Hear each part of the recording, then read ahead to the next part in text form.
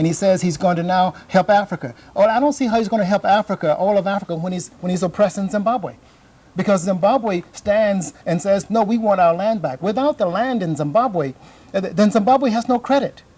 Without the African people in Congo and other places here in Cameroon having direct control over their wealth and knowing how much oil is actually leaving the ground from the wellhead, of course it's colonialism. And we must cut it off at the head. It's killing us. This is the 21st century. Africans are still, we're not dragging behind. We are being forced to lag behind. The energy is here, the activity is here, the education is here, the responsibility is here. So colonialism exists. Certain people try to cover it up and say, oh, it's not. And one last point on that issue.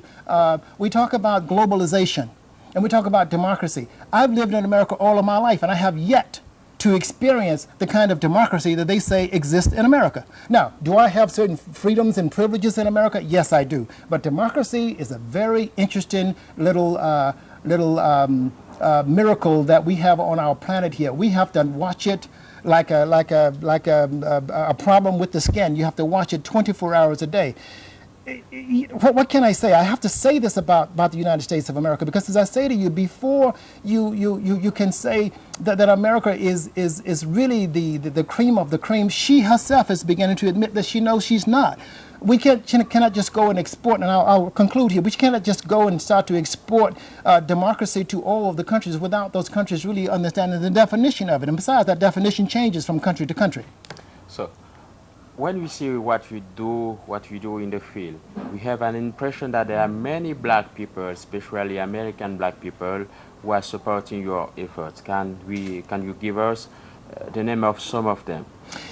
Because of colonialism, and because we African people are under constant attack, economically, in terms of trade routes, I have a policy at IMSCO, and I try to pass this on to our regional directors and general managers, such as this one. Be careful of putting your people's names out there, because we are not at ease yet. There's a lot of different problems that we have, and sabotage is taking place. We have to be very, very careful. That is why France has a secret service. That is why America has a secret service. Well, IMSCO has to be as stealth as it possibly can. Whatever information that the world needs to know about us, they need to know. If you want to know that information, every 4 years, we are obliged to file a quadrennial report at the United Nations. And I would say to those outside of the organization that really want to know, go to the United Nations, read our quadrennial report. You have just launched your activities in Cameroon. Which is the message you could give to all those Cameroonians who are watching this program and maybe who believe in your action? Yes, believe in our action, and also believe in African Americans in this particular case. Believe in our definition of democracy. Follow our definition of how we are defining democracy. America is there in this particular case in terms of African Americans. We are an open door policy. You want to trade? Let's trade. Let's do some business. You want people to come in and tell you how to feed your babies? We're not the people to do that. But if you want to change the bilateral agreements and improve those bilateral agreements, then you come to us and let's talk. You need ships, you need planes. America's got so many ships and planes sitting in dry dock. I'm talking about how we can now move immediately together. Break the lock by simply thinking outside of the box, thinking outside of the norm that you've been thinking, and reach out to your brothers and sisters in America. And by the way, your allies or our allies in America are not just African Americans. From the time of Harriet Tubman, which is an African that fought during the liberation of the slavery movement there were white colleagues there who were assisting us. There were Asians there who were assisting us. African Americans would not have survived in America as well as we have without the Native Americans. So America today is largely a nation of color. It's a country of color. And anything that I think that Africa and people in other developing countries want, you gotta stop looking only at the big multinationals. Those guys are not the answer. Yes, they have a role to play, no question about it, and many of us would want to support many of the roles they play. But the largest producer of businesses and jobs in the United States of America are small business. We also hear about a visit you will do in some parts of the country, especially in Betua in the East Province, and maybe in Douala in the Littoral Province. You will be there to do what exactly? We're going out into the bush, not to look for people who certain people think don't know how to dig an outhouse or a bathroom. We're going out to look for people with business savvy, people who are moving huge amounts of goods from the bush. Just move down the street here. Where do these bananas come from overnight? Where do these products come from overnight? We're looking to link up with those local small businesses and then come back into area cities like Cameroon and hook up and make deals and agreements with major businesses here, larger businesses here in this city. And through the bilateral agreement, I bring it up again, America and Cameroon has a bilateral agreement. If you sign an agreement with an American partner, then that bilateral agreement is there to give you the support of our mighty army, our mighty navy, our mighty economy. America, like France or any other country, needs these resources, these strategic resources. I live in America, I sleep there, so naturally I'm very concerned about making sure that the lights stay on there, but I'm also very concerned about the lights and the health of the economy here in Africa. Since you are in Cameroon, which impression did you have about the media, and what is the support you can give to some of them? Now, if I say I have a bad impression of the media, I'm in deep water here, right?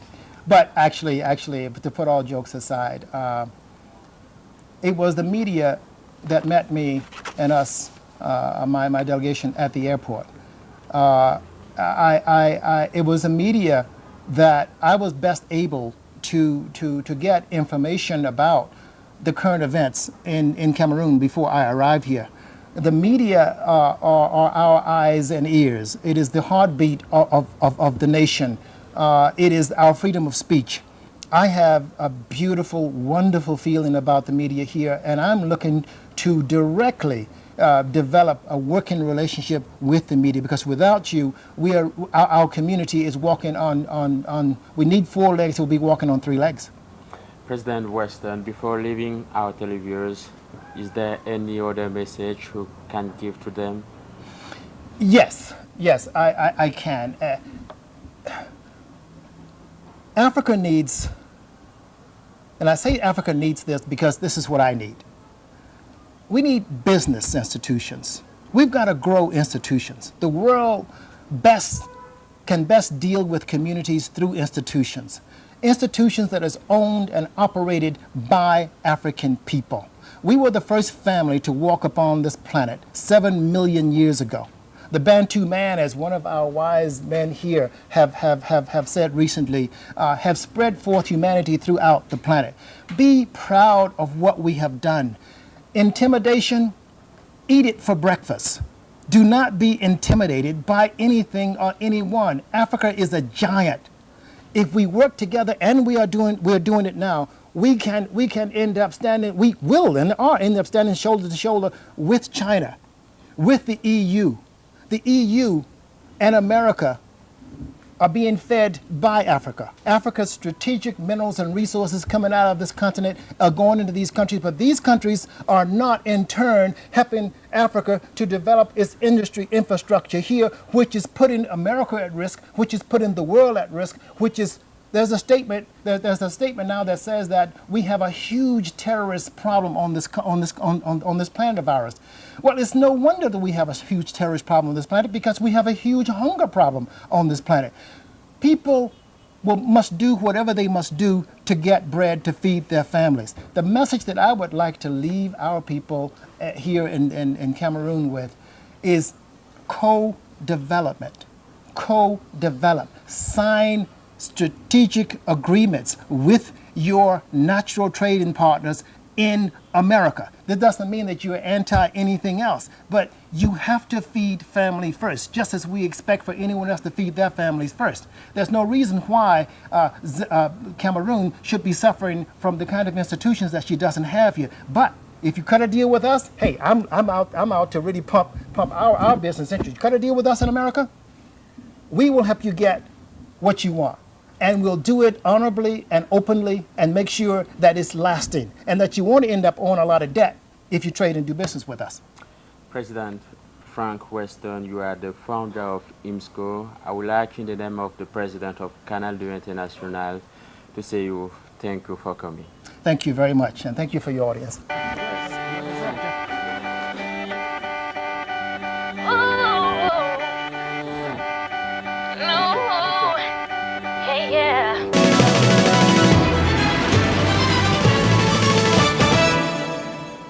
Voilà donc ce qu'on pouvait dire pour cette édition de Cœur diplomatique entièrement consacrée à IMSCO. Nous voulons dire un grand merci au restaurant rue Cazenègre qui a bien voulu nous accorder ce cadre africain. C'était le souhait de notre invité, c'était le souhait de Frank Weston, venu de New York et qui a bien voulu se ressourcer dans ces décors comme vous avez dû le constater au cours de cette émission. Mais avant de nous quitter, voici le quiz diplomatique de la semaine. Dites-nous en quelle année IMSCO a été créé. Faites-nous parvenir vos réponses par SMS au plus 237 948 42 ou par email à l'adresse jcmvodo@yahoo.fr. D'ici là, je vous souhaite de passer d'agréables moments à l'écoute de nos programmes.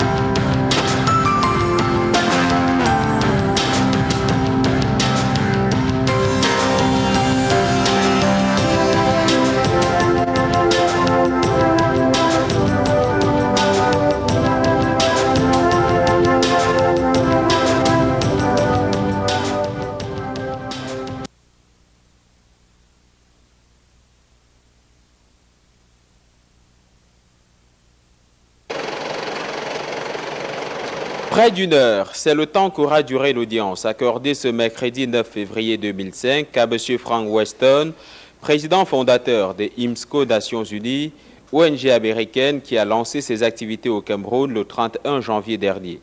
Sur haute instruction du Premier ministre chef du gouvernement, son Excellence Joseph Dion Ngouté, ministre délégué chargé de la coopération avec les États membres du Commonwealth, a donc discuté avec son hôte des possibilités de coopération et d'investissement pouvant exister entre le Cameroun et IMSCO Nations Unies. Et au sortir de cette audience, Frank Weston n'a pas manqué d'en dire un peu plus sur cet échange avec la partie camerounaise. We suggested and presented to the minister our establishment agreement and accord that is being signed in other African countries, and he said that they would get to it as soon as they possibly could, that the government of Cameroon here has a procedure that they would go through, but that we could count on their support and that they would in fact get to that document and get it signed. It won't be done today, but we did ask them that we would like to have some written proof and evidence that they in fact were going to sign it, and so he said that they would in fact be giving us a letter and sending that letter directly to us. I would also like to add in conclusion is that this is not really about Cameroon, it's not even about IMSCO. It is about every African person, man, woman, and child on this continent. We have a God-given right to have establishment agreements signed with every government. We're going to ask every government on this continent to do it so that we, as an army of African people, can go to work and get this intimidation and everything else off our back so that we can help build the African empire and stand proudly with China, United States, and the